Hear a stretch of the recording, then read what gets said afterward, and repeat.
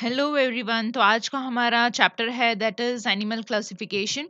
और ये कुछ टॉपिक्स हैं जिसके बारे में हम स्टडी करने वाले हैं। जितने भी लिविंग ऑर्गेनिजम्स प्रेजेंट हैं वो सारे के सारे सराउंडेड होते हैं प्लांट्स से और एनिमल से। और अगर प्लांट क्लासिफिकेशन के बारे में अगर स्टडी करते हैं तो हमें पता चलता है कि कितनी ज़्यादा डाइवर्सिटी प्रेजेंट है प्लांट्स की भी। और इस चैप्टर में जो है हम एनिमल डाइवर्सिटी के बारे में पढ़ेंगे। कुछ कुछ एनिमल्स हैं जो कि बहुत ही छोटे हैं, कुछ एनिमल्स हैं जो बहुत ही लार्ज हैं, कुछ ऐसे भी एनिमल्स हैं जो कि टेरेस्ट्रियल एनवायरनमेंट में रहते हैं, मतलब लैंड में। कुछ एक्वेटिक होते हैं, कुछ एनिमल्स होते हैं which crawl on the land, some swim some fly. कुछ कुछ ऐसे भी एनिमल्स हैं which have scales on the skin, and there are animals which are having feathers and even hair. So यहाँ पर इस तरीके से हमें पता चलता है कि कितनी ज़्यादा ह्यूज डाइवर्सिटी प्रेजेंट है प्लैनेट अर्थ में एनिमल्स की। यहाँ पर there are total about 7 millions of animal species on the Earth. इतने ज़्यादा जो एनिमल्स हैं, अगर उन्हें स्टडी करना है, इट इज़ एसेंशियल कि उन्हें ग्रुप और सब ग्रुप्स में रखा जाए, ताकि इन्हें इजीली तरीके से जान सकें, इजीली तरीके से अंडरस्टैंड कर सकें। और क्लासिफिकेशन का मेन बेसिस तो यही है कि उन्हें क्लासिफाई किया जाता है on the basis of similarities और डिफरेंसेस। डेफिनेशन की अगर हम बात करें एनिमल क्लासिफिकेशन की, it is a formation of group and sub group of animals depending upon similarities and differences among animals. That is why the animal has been classified. अगर history के बारे में बात करें एनिमल क्लासिफिकेशन की, पहले ही बहुत सारे साइंटिस्ट थे, टाइम टू टाइम उन्होंने क्लासिफिकेशन किया। डिफरेंट डिफरेंट साइंटिस्ट ने जो है एनिमल्स को क्लासिफाई करने की कोशिश की। लेकिन उनमें से एक ग्रीक फिलोसोफर है Aristotle, he was the very first person to classify the animals. किसी चीज के बेसिस के ऊपर जो एनिमल्स को क्लासिफाई किया, सबसे पहले आ जाता है बॉडी साइज। जैसे कि बॉडी साइज ज्यादा है, इंक्रीज्ड है या डिक्रीज्ड है। नेक्स्ट कम्स अ हैबिट, कि किस तरीके के हैबिट्स जो है वो एनिमल्स में देखने मिलते हैं। नेक्स्ट इज हैबिटाट, मतलब कि कहाँ पर रहते हैं। ये कुछ बेसिस के ऊपर जो है उन्होंने एनिमल्स को क्लासिफाई किया। और यहाँ पर फर्दर और भी ज़्यादा डेवलपमेंट देखने मिली साइंस में, कुछ रेफरेंसेस में, जिसकी वजह से जो क्राइटेरिया है क्लासिफिकेशन के वो चेंज होते गए। ये जो आर्टिफिशियल मेथड ऑफ क्लासिफिकेशन है, इसे भी फॉलो किया गया by the other scientist like the Theophrastus, Pliny, John Ray and the Linnaeus. अब बात करते हैं नेचुरल सिस्टम ऑफ क्लासिफिकेशन की।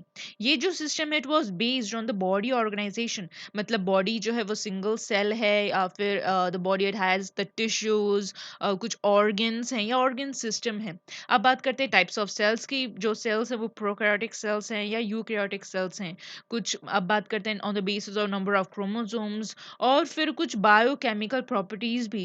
ये कुछ क्राइटेरिया हैं जिन्हें ध्यान में रखते हुए जो एनिमल्स को क्लासिफाई किया। और धीरे धीरे एवोल्यूशन भी एक वन ऑफ द क्राइटेरिया बन गया which came into practice for classifying the animals, and it was used by the Dobzhansky and the Mayr. Recently Carl Woese जो है he propose the animal classification. अब बात करते हैं benefits of animal classification की। अगर हम animals को क्लासिफाई करते हैं, इमेजिन कर लीजिए सपोज कोई ग्रुप ऑफ एनिमल्स हैं, और उस ग्रुप में अगर हम कुछ एनिमल्स को भी स्टडी करते हैं तो हमें पता चल जाता है कि एंटायर ग्रुप के कैरेक्टरिस्टिक्स क्या होंगे। इस तरीके से एनिमल्स को स्टडी करना काफ़ी ज़्यादा इजी हो जाता है, हमें एक आइडिया मिल जाता है even about the animal evolution, कि किस तरीके से जो एनिमल्स हैं इवॉल्व किए होंगे। और here we are able to identify their characters, उन्हें हम आइडेंटिफाई कर सकते हैं और एक्यूरेसी जान सकते हैं उनके कैरेक्टरिस्टिक्स के बारे में। और हर एक जो भी एनिमल्स हैं उनके बीच में किस तरीके का रिलेशनशिप है वो भी हम जान सकते हैं। और उनका क्या रोल है, उनका जो प्रेजेंस है हमारे नेचर में, किस तरीके का उनका हैबिटाट है और उनका कैसा रोल है हमारे नेचर में, वो भी पता चलता है। और किस तरीके के अडेप्टेशंस हैं वो भी हमें पता चलता है अमंग दी एनिमल्स, कि किस तरीके के हैबिटाट जो है वो अलग अलग एनिमल्स में देखने मिलता है। ये कुछ टर्म्स हैं जो कि हम क्लासिफिकेशन के दौरान स्टडी करने वाले हैं। जैसे कि ये जो ह्यूमन है, सो दिस रीजन, ये जो फ्रंट रीजन होता है, we are going to use the word that is a ventral region. ये जो बैक रीजन होता है, we are going to use the word that is called as dorsal region. और यहाँ पर अगर हम बॉडी के बारे में बात करें, this region is going to be the left region and this region is going to be the right region. So इस तरीके से we are going to use a word like ventral side, dorsal side, okay, left side or even the right side. तो यहाँ पर हम outline देख लेते हैं एनिमल क्लासिफिकेशन के बारे में। सो हियर सबसे पहले ये जो एनिमल किंगडम है, it has been classified into two sub kingdoms. सबसे पहले आ जाता है नॉन कॉर्डेट्स और दूसरा आ जाता है कॉर्डेट्स। आगे हम नॉन कॉर्डेट्स के बारे में बात करेंगे। नॉन कॉर्डेट्स जो है, they have been classified into the phylums, जैसे कि protozoa, porifera, coelenterata, platyhelminthes, esculminthes, annelida, arthropoda, mollusca, echinodermata and hemichordata. So यहाँ पर टोटल 10 फाइलम्स जो हैं वो प्रेजेंट हैं। अब बात करते हैं हम सब kingdom that is chordates. Chordates जो है, further it has been classified into the phylum that is called as chordata. Further chordata जो है, it has been classified into the sub phylum. तो सबसे पहले आ जाता है that is urochordata, next is the cephalochordata, next is the vertebrata. आगे ये सब phylum vertebrata, it has been classified into some classes, that is the cyclostomata, pisces, amphibians, reptiles, aves and mammals. तो इस चैप्टर में जो है हम हर एक चीज के बारे में जो है हम स्टडी करने वाले हैं। Further, there is some traditional method of animal classification also.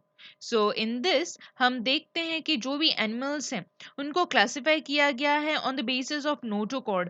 So जिस animals के पास notochord है हम उनको बोलेंगे non chordates, और जिन animals के पास जो notochord present है we call them chordates. So पहले हम बात करेंगे non chordates के बारे में। ये ऐसे animals हैं जिनकी body जो है वो supported नहीं है by any kind of rod like notochord, इनके पास नोटोकॉर्ड एब्सेंट है। नेक्स्ट बात, इनके फेरिंग्स रीजन में किसी भी तरीके की गिल्स नहीं है, और जो नर्व कॉर्ड है it is present but it is present in the ventral region, और वो सॉलिड है और पैड फॉर्म में है। और जो हार्ट है it is present on the dorsal side. So ये जो नॉन कॉर्डेट्स है, it is been divided into the 10 phylums, और वो 10 फाइलम्स हैं that protozoa, porifera, coelenterata, platyhelminthes, esculminthes, annelida, arthropoda, mollusca, echinodermata and last is hemichordata. तो अब बात करते हैं हम कॉर्डेट्स के बारे में। कॉर्डेट्स जो है, सबसे पहली बात, इनके पास नोटोकॉर्ड प्रेजेंट है, वो भी डोर्सल रीजन में। दूसरी बात, फेरिंग्स रीजन के पास इनके पास गिल्स होंगे या तो फिर लंग्स प्रेजेंट होंगे। और जो भी नोटोकॉर्ड, जो भी नर्व कॉर्ड प्रेजेंट है, it is present on the dorsal side of the body and it is hollow. Human being के बारे में बात करें, हॉलो इसीलिए है ताकि जो ब्रेन है, स्पाइनल कॉर्ड जो है वो प्रेजेंट है, that is why it is hollow. Next is heart. It is present on the ventral side of the body. So जो भी chordates animals हैं उनको group किया गया है together in the phylum that is called as chordata. और जो further chordata, it has been divided into the three subphylum, that is Urochordata, Cephalochordata and Vertebrata. आगे vertebrata जो है, it has been classified into the 6 classes, that is Cyclostomata, Pisces, Amphibians, Reptilia, Aves and Mammals. So 5 kingdom system classification जो है, it was given by the Robert Whittaker, जो कि आज हम study करते हैं, and was done in the multicellular animals, that is in the kingdom Animalia. सो इन्होंने कुछ क्राइटेरिया यूज किए जिसकी वजह से इन्होंने एनिमल्स को क्लासिफाई किया। सबसे पहले आता है that is body organisation, next is body symmetry, body cavity, germinal layers and the last segmentation. तो इस तरीके से अब हम नेक्स्ट वीडियो में पढ़ेंगे about the criteria for new system of organisation, and here the video ends, and thank you very much.